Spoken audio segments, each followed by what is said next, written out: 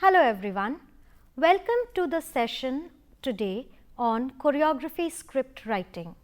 The objectives for our lesson today are to get familiarized with the classroom process for planning the choreography and writing its script, to experience how choreography is performed in a language class, and to understand how choreography addresses multiple intelligences. Can you tell me, when nursery students are taught, how are they taught rhymes? Can somebody answer? Yes, pass on the mic please.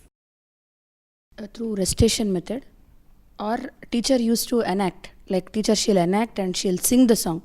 Mostly children, they like songs when they are in a nursery level. So if teacher in the singing manner or in the singing process, if she teaches, so children, students, they learn very easily. Okay, and what do you think?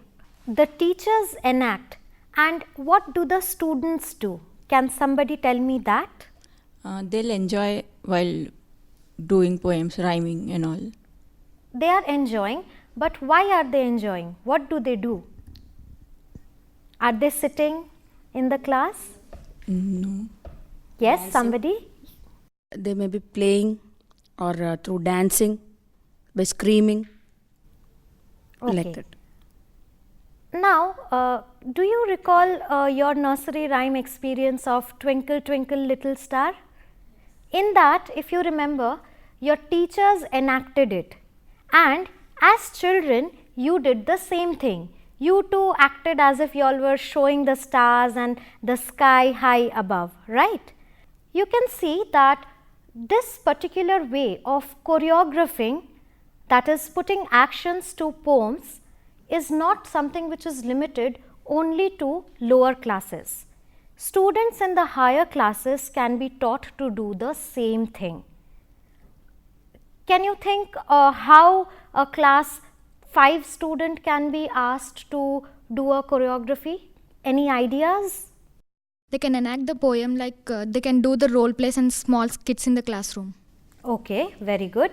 Any other answers? Does anybody else want to try? How can the enactment be made better, more interesting for the student?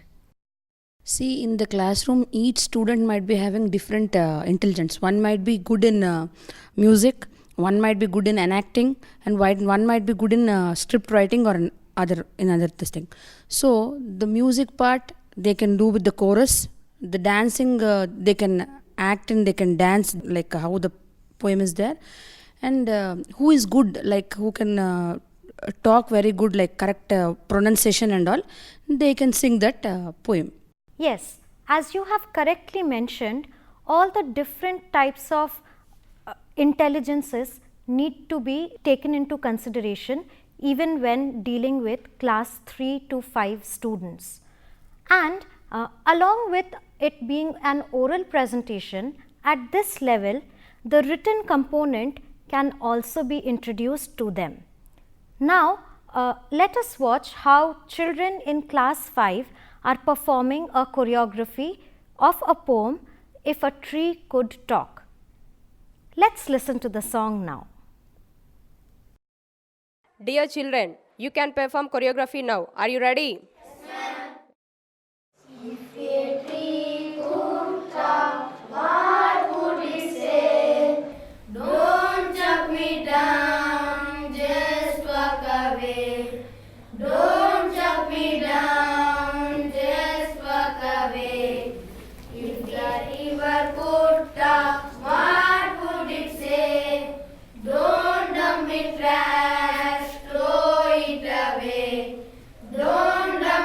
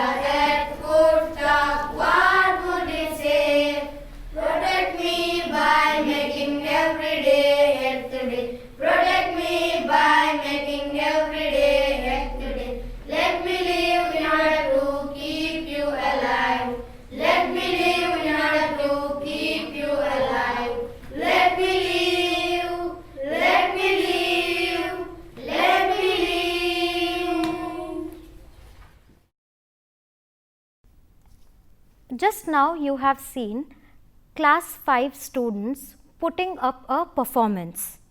In a similar manner, the concept of choreographing and script writing for a song can be used even by higher level learners. This can also act as a tool to introduce them to socio-political issues and also to critically analyze poems.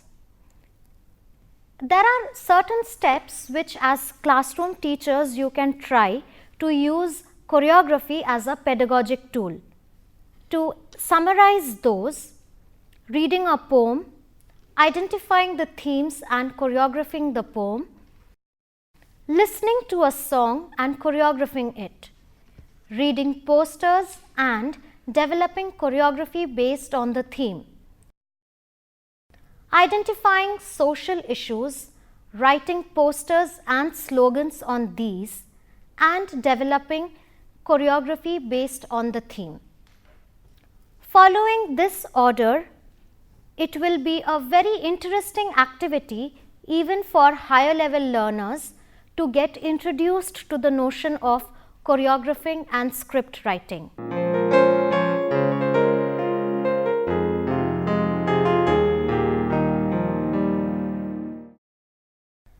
The crux of the classroom process, as we have seen, is to identify the main theme which a poem is trying to present to the students. Along with the main theme, certain sub-themes which form a part of the text can also be elaborated upon by using choreography and the method of script writing. This in turn can be expressed, can be presented by the students through a rhythmic movement in a manner of play acting. Here is the text of a song that has been processed for choreography script writing. As in the case of other texts, in this case the poem also needs a theme-based interaction. Let us watch the classroom clipping and see how the teacher undertakes this particular lesson. Hello students, what message do you get from the picture? Yes? The cry of a girl child. The cry of a girl child. Anything else? Yes? The girl child has no freedom. The girl child has no freedom. What could be the reason for her pains? She is cruelly treated by the society. She is cruelly treated by the society. Good. Well, you have just seen how the teacher conducted the class. Now you will see that this particular aspect has been followed up by the teacher by introducing an oral discourse as well. Let us see how that is presented by the students. In our society, the girls have less freedom. She is oppressed in several ways. This makes the girls feel insecure. You have just seen how the teacher has conducted the class. What do you think can the learners now do to take the lesson forward? What the learners can do is they can read the text individually and then share their experiences of their understanding with the rest of the class. In this way, each individual will get a chance to talk, which will help to improve their speaking skills, and also listening to others talking will help to improve their own ideas, the thoughts which are coming to their mind based on the theme of the poem given to them for the choreography script writing. A cage is being set for me. It frightens me. It haunts me. Should I be untrue? Should I be unreal? They say I am a girl. Where can I bury my thoughts? Where can I take shelter? Should I be a rock? Should I be lifeless? They say I am a girl. Why is the world after me? Why is the girl cursed? Should I be blind? Should I be dumb? They say I am a girl.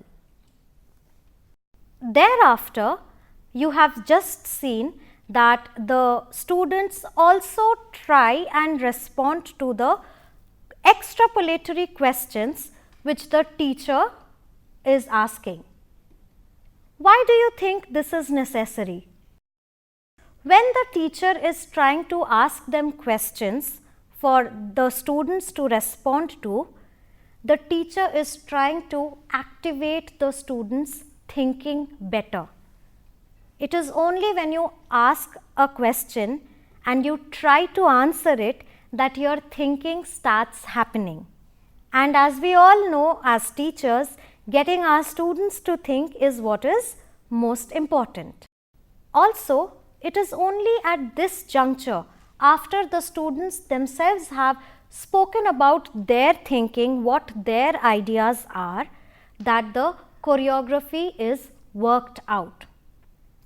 The first thing which the students need to do with the teacher's help is to identify the theme and the sub-themes of the poem which is given to them. Let us watch how it is done, and we will continue with our discussion in a while. Yeah, what is the theme of the first stanza? What is the theme of the first stanza? Yes? The grief of a girl child. The grief of the girl child. About what? She thinks that she is in a cage. She thinks that she is in a cage.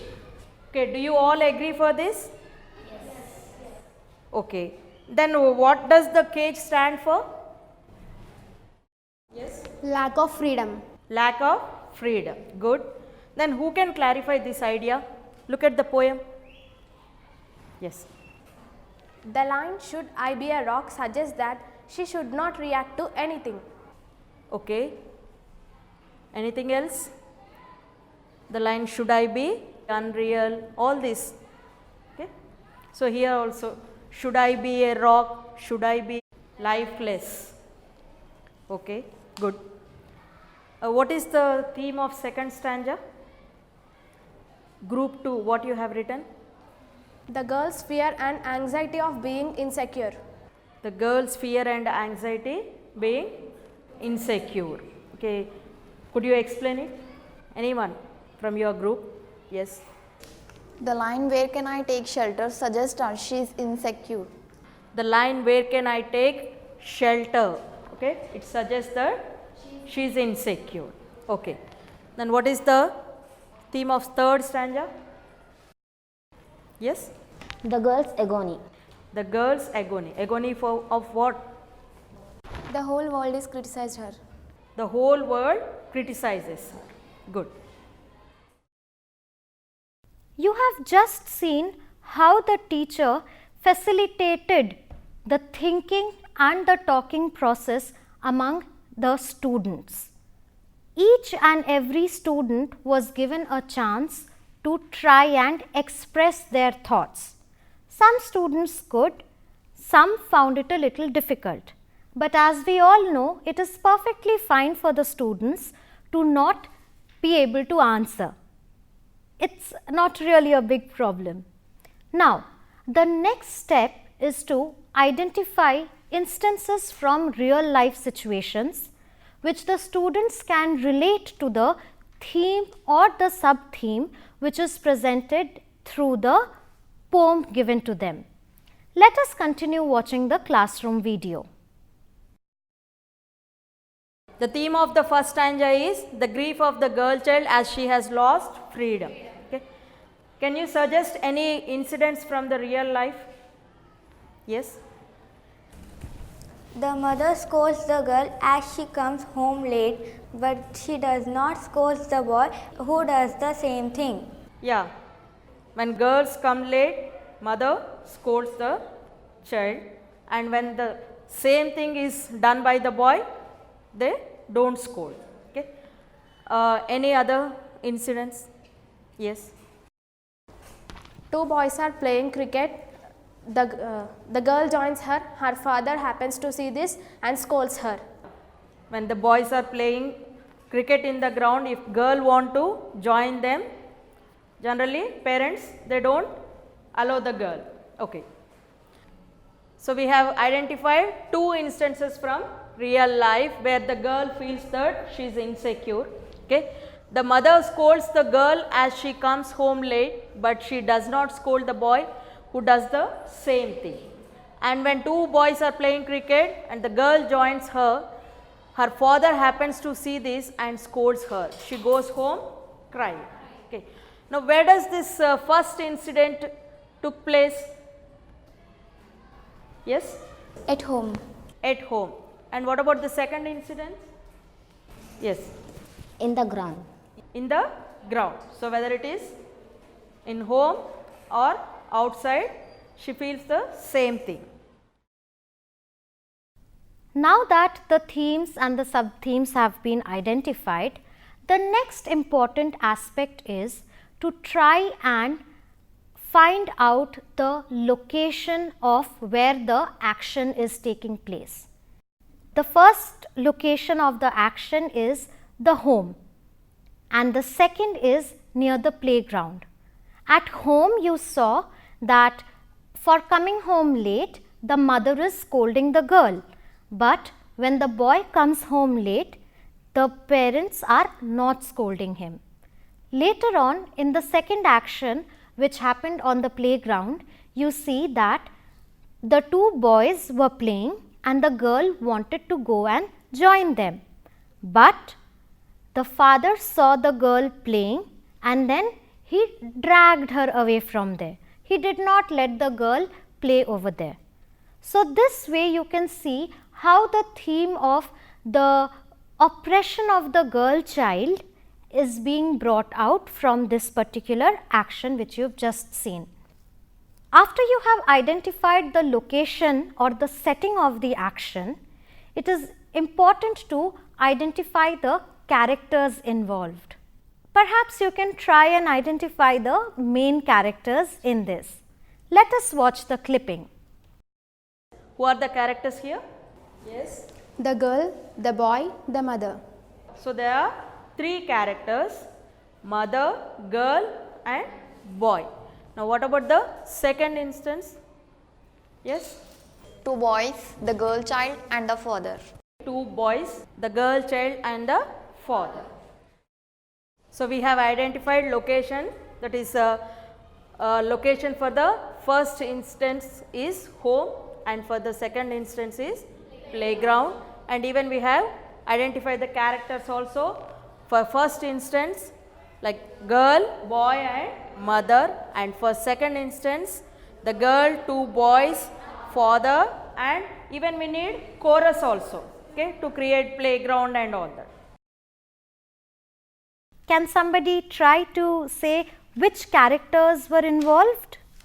Yes? Mother, father and their male child and female child. Very good, that is correct. Now, the next important thing to do is to try and decide the entire sequence of the actions. And remember, the classroom teacher has to make the students do it. Let us go back to the video and see how this takes place. Now, next we have to write actions. Okay. So, now all of you sit in groups and write actions. Now, we have sequence of actions for scene 1. Okay. The chorus set the first location, that is home, and mother comes out from indoor. She is restless. She looks outside but is disappointed. The girl reaches home. Mother scolds her. That is only miming only. Then the girl questions her mother. Mother beats the girl and drag her indoors. Then the boy comes home. and mother smiles at him, the chorus move out from the stage. Okay. So, this is for first instance. Now, we have a sequence of actions for second instance, that is two boys are playing cricket, the girl joins her and her father happens to see this and scolds her, she goes home crying. So, now this is scene 2. Now, the chorus enters and set the playground like standing as trees and moving their hands like branches. Two boys enter the stage, they get ready to play cricket. One boy bowls and the other bats. The girl enters and watches them play. She requests them to include her in the game. The boys hesitate but finally agrees. The girl bowls. Father comes there and sees in his daughter playing with boys. He gets angry and drags the girl away. He beats the girl and the girl cries, the chorus exists. Okay. So, shall we perform choreography? Yes. Yeah. Well, now that you have just finished watching this video, you can say that the choreography script of the first 2 stanzas of the poem have been played by the students in the video. What do you think is needed as a next step? You have the actions in place, you have the lyrics, the wordings of the song. What do you need to make the song sound better? Can somebody try to answer that? Tune. Yes, very good. So, what with tune? Can you elaborate a little? Music and lyrics. Okay, very good. That is correct. Now, a tune is needed to complete the song. There can be a team of singers.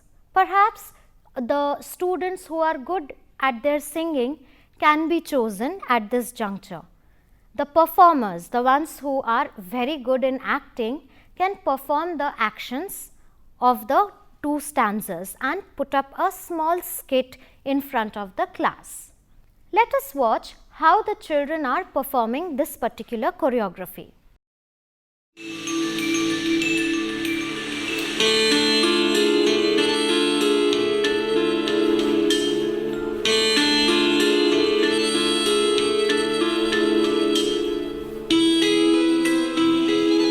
Am I in a cage?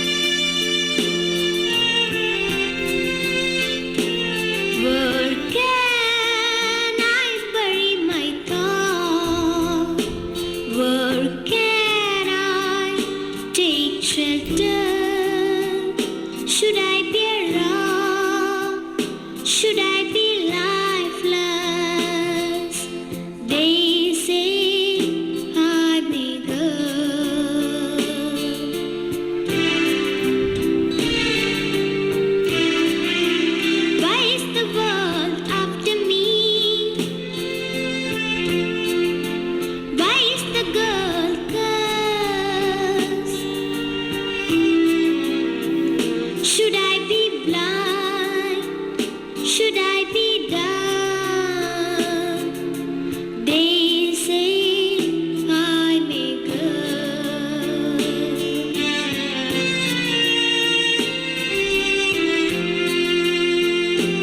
There can't be said for me. It frightens me. It haunts me. Should I be untrue? Should I be unreal? They say I'm a girl.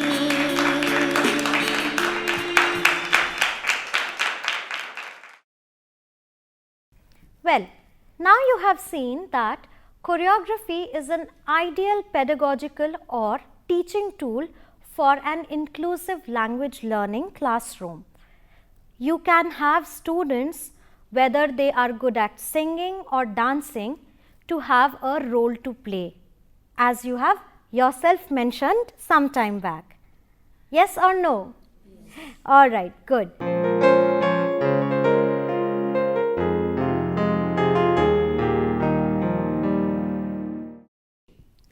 Traditionally, we have seen that in most cases, schools tend to focus either on the mathematical ability or the language ability of the students.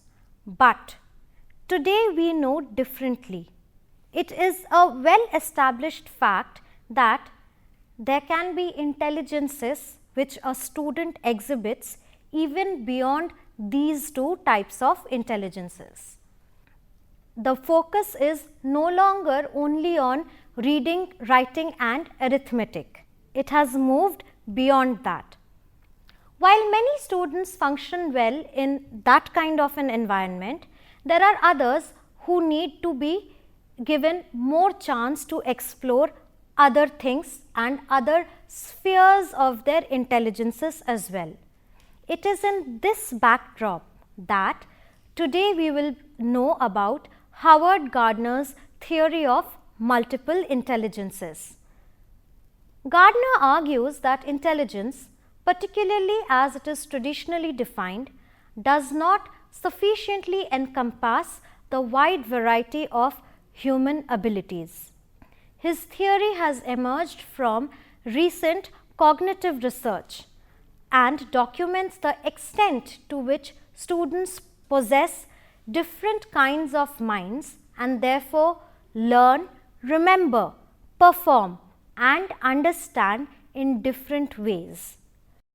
To quote Howard Gardner, we are all able to know the world through language, logical mathematical analysis, spatial representation, musical thinking, the use of the body to solve problems or to make things, an understanding of other individuals and an understanding of ourselves. Where individuals differ is the strength of these intelligences, the so-called profile of intelligence, and in this way in which such intelligences are invoked and combined to carry out different tasks, solve diverse problems and progress in various domains. The idea of multiple intelligences comes out of psychology. It's a theory that was developed to document the fact that human beings have very different kinds of intellectual strengths, and that these strengths are very, very important in how kids learn, and how people represent things in their minds, and then how people use them in order to show what it is that they've understood. If we all had exactly the same kind of mind and there was only one kind of intelligence, then we could teach everybody the same thing in the same way and assess them in the same way, and that would be fair. But once we realize that people have very different kinds of minds, different kinds of strengths, some people are good in thinking spatially, some people are good in thinking language, other people are very logical, other people need to do hands-on, they need to actually explore actively and to try things out. Once we realize that, then an education which treats everybody the same way is actually the most unfair education, because it picks out one kind of mind, which I call the law professor mind, somebody who's very linguistic and logical, and says, if you think like that, great. If you don't think like that, there's no room on the train for you. The 9 intelligences which Howard Gardner identifies are verbal linguistic, logical mathematical, visual spatial, bodily kinesthetic, musical rhythmical, interpersonal, intrapersonal, naturalistic and existential. Choreography makes it possible to address almost all of these intelligence types, as you have just watched in the videos.